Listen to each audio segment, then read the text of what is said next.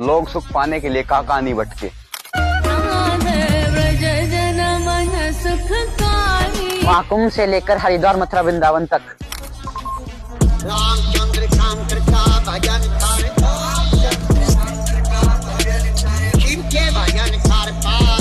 मूर्ति पूजा से लेकर श्राद्ध तक निकालने तक की प्रक्रिया पंडितों ने चलाई कि नई नई क्रिया।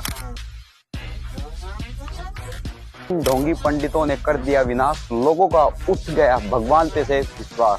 कौन से मंत्र से कटेंगे पाप? तेरा ज्ञान गलत, तेरा नाम गलत, तेरी साधना गलत। अब लोगों को हो जाना चाहिए सावधान, इन नकली पंडितों से ना रखे कोई आस। आइए अब बताते हैं आपको सही भक्ति का राज। अब खुलेगा गीता का राज। गीता का ज्ञान किसने बोला? क्या खुलेगा सदग्रंथों के साथ सही भक्ति का राज। श्री कृष्ण के अंदर प्रवेश करके ये काल बोल रहा है